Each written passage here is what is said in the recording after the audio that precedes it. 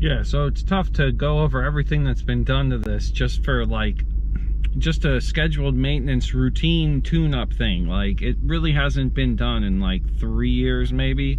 So first thing was the coolant. Oh my, the coolant was in horrible shape. So got that out of there, thank goodness. Subaru super coolant, noticeable difference even in the gauge of where it sits now when it's full hot. Also, noticeable difference in how long the fans run for. It's a big thing.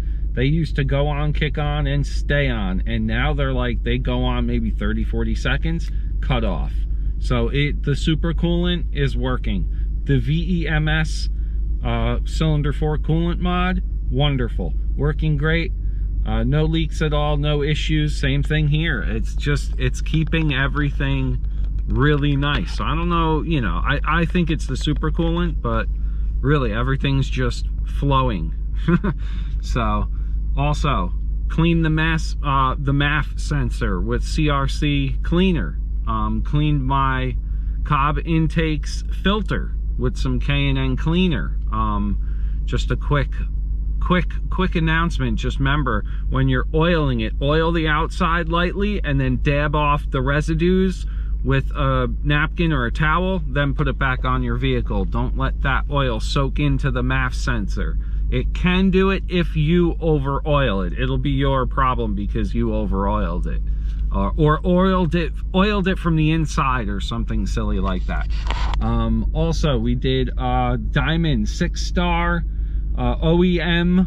They're the same factory, they're the same OEM maker as the people who supply the Subaru OEM coil packs. So OEM coil packs and stock plugs, and gap. Make sure that the plugs are gapped. Sometimes the plugs will come pre-gapped, but they're not. You have to make sure they're all set up like the way you want them. And try not to touch that little electrode if you get the iridiums.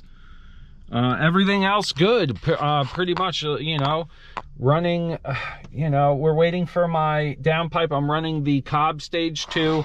I know, it's Cobb Stage 2 with no kitty cats, no good, but I watch my boost pressure and everything like that. The big thing is over boosting. That's the whole entire thing with having the tune. Other little things with the richness and the air fuel, but the major thing you have to watch out for is you will over boost if you have no cats and you're on an off-the-shelf tune. That's a big deal. So I just watch for that. You could also run a low wastegate tune, which will bring that wastegate duty cycle back a little bit, so it's not as tremendously detrimental to it. But besides that, man, I think that was it. Everything else good. Just checked all the hoses, everything like that.